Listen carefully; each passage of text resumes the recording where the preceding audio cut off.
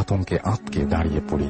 এক বিভৎস করুণ স্বরে আর্তনাদ করছিল রাস্তার মাঝে কয়েকটা সবুজ উজ্জ্বল চোখ। কিছুটা এগিয়ে বুঝতে পারি যে একদল পাহাড়ি শেয়াল। মনে কিছুটা সাহস নিয়ে একটা পাহাড় ছুঁড়ে মারতে দেখি ওরা কিছুটা রেগে আমার দিকে এগিয়ে এলো, তারপর আবারও করুণ চিৎকার করে জঙ্গলে মিলিয়ে গেল। হয়তো সেদিন আত্মসাহসের অহংকারে বা কোনো অলৌকিক শক্তির কারণে বুঝতে পারিনি যে শেয়ালগুলোর করুণ কান্নার পেছনে কোনো অশুভ ইঙ্গিত ছিল। পশুরা যে আগে থেকেই যে কোনো কিছুর আভাস পায় সেদিন মাথার মধ্যে এসেও আসে। এমনকি কোনরূপ আলোর প্রতিফলন ছাড়াই যে শেয়ালগুলোর চোখ অদ্ভুত রকম ভাবে জ্বলছিল সেদিকে কোনো হুঁশ ছিল না। আজ মনে পড়লে একটাই কথা মনে হয়, হয়তো পরমেশ্বর তার দ্বারা সৃষ্ট এক পশুর বেশে আমাকে শেষবারের মতো সাবধান করেছিলেন সামনে অচেনা বিপদের জন্য। কিন্তু সেদিন কেন জানি না আত্মদম্ভের কারণে প্রকৃতির কোন রূপ সংকেত তোয়াক্কা না করে এগিয়ে যাচ্ছিলাম অজানা অন্ধকারে। আরো কিছুটা পথ ঠাউর করে এগোনোর পর হঠাৎই আকাশের বিদ্যুৎ ঝলকানিতে বুঝতে পারলাম যে বাংলোটির মরচে ধরা গেটের সামনে পর্যন্ত এসেছি। বিদ্যুতের ঝলকে জীর্ণ বাংলাটি বিভৎস ভয়ঙ্কর দেখাচ্ছিল। কিছু বুঝে ওঠার আগেই হঠাৎই শুরু হলো প্রবল বেগে ঝড়। না, শুধু ঝড় বললে ভুল হবে, যা ঠান্ডার তীব্রতা, যা তুষার ঝড়। সেই ঝড়ের সাথে কেমন যেন শ্যাওলা পচা একটা উগ্র দুর্গন্ধ ক্রমশ ভেসে আসছিল। তখনও নিজেকে নানারকম যুক্তি দিয়ে বুঝিয়ে সবে একটু এগোতে গেছি, এমন সময় শুরু হলো মুষলধারে বৃষ্টি। বেগতিক দেখে বৃষ্টির হাত থেকে বাঁচতে বাংলোর বারান্দায় আশ্রয় নেওয়ার সিদ্ধান্ত নিলাম। তখন ভয়ের চেয়ে বৃষ্টিতে মোবাইল ভেজার চিন্তা বেশি মনে ধরেছিল। অনেক দিনের মরচে ধরা গেটটাকে ধাক্কা দিতে কেমন যেন আতঙ্কে আঁতকে উঠি। গেটটা ছোঁয়া মাত্রই মনে হলো তড়িৎ খেলে গেল এবং একটু বিভৎস কর্কশ আওয়াজে নিজে থেকেই খুলে যেতে লাগলো। সেবারও নিজেকে নানান যুক্তি দিয়ে বুঝিয়ে সাহস দিচ্ছিলাম, হতে পারে বাতাসের জন্য বা আমার হ্যালুসিনেশন। বৃষ্টি প্রবল বেগে চলেছে, যেন মনে হচ্ছে পাহাড়টা আজ ভাসিয়ে নিয়ে যাবে। আনমনে কতক্ষণ দাঁড়িয়ে আছি খেয়াল নেই। হঠাৎ বাংলোর পেছন দিক থেকে একটা সজোরে পড়ার আওয়াজে ধ্যান ভাঙলো। ভেবেছিলাম কোনো গাছ ভেঙে পড়েছে। এই ভেবে একটা দীর্ঘশ্বাস ফেলে রেডিয়াম দেওয়া ঘড়িটার দিকে তাকাতেই চোখ কপালে উঠল। রাত 1টা বাজে। নিজের চোখকে বিশ্বাস করতে পারছি না। এমন সময় হাড় কাঁপানো আতঙ্কে বাংলোর ভেতর থেকে দম দেওয়া দেয়াল ঘড়িটা আওয়াজ ভেসে উঠল ঢং।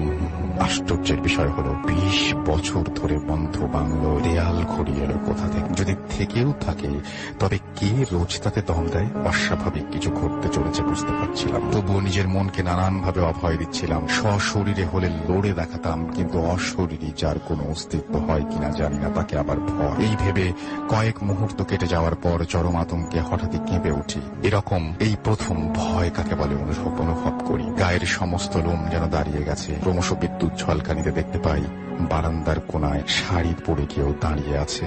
যদিও মুখ চেনা যাচ্ছিল না, তবুও বুকে কিছুটা সাহস নিয়ে প্রশ্ন করি, কে ওখানে? কোনো উত্তর আসে না। এদিকে আশ্চর্যজনক ভাবে বৃষ্টি থেমে গেছে।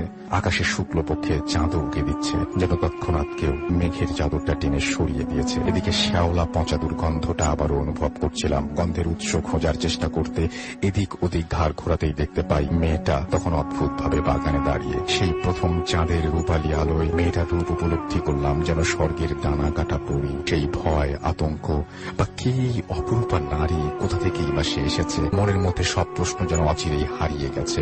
তখন শুধুই ইন্দ্রজাল আমাকে নাগ পাশের ন্যায় একটু একটু করে জড়িয়ে যাচ্ছে। কিছু জিজ্ঞেস করার পূর্বেই মেয়েটা হাঁটা শুরু করলো গেট পেরিয়ে লেকের দিকে। আমিও একটু ইতস্তত হয়ে পিছু নিলাম।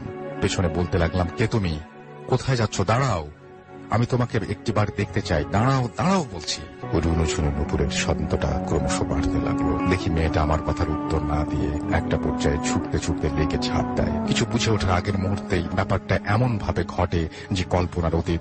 আমি কয়েক সেকেন্ড স্তম্ভিত হয়ে দাঁড়িয়ে রইলাম। এমন সময় জলে প্রচন্ড ছটফটানির আওয়াজ শুনে ছুটে লেকের পাড়ে গিয়ে দেখি মেয়েটা হাবুডুবু খাচ্ছে, বাঁচাও করছে। কিছু না ভেবে মেয়েটাকে বাঁচানোর জন্য জলে ঝাঁপ দেওয়ার পর চমৎকার ভাবে বুঝতে পারলাম যে লেকটা ভীষণ।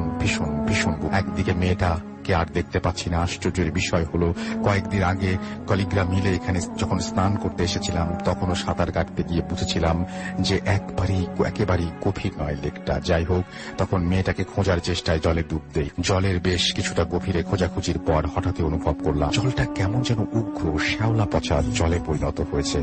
দম আটকে আসার উপক্রম হয়ে উঠলে উপরে উঠে আসার চেষ্টা করছিলাম, এমন সময় অনুভব করি একটা বডি পায়ে ভাবত। জলের মধ্যে একটু অনুভব করার চেষ্টা করে বুঝতে পারলাম একটি মেয়ের শরীর, সম্ভবত সেই মেয়েটি। কিন্তু কি করে সম্ভব?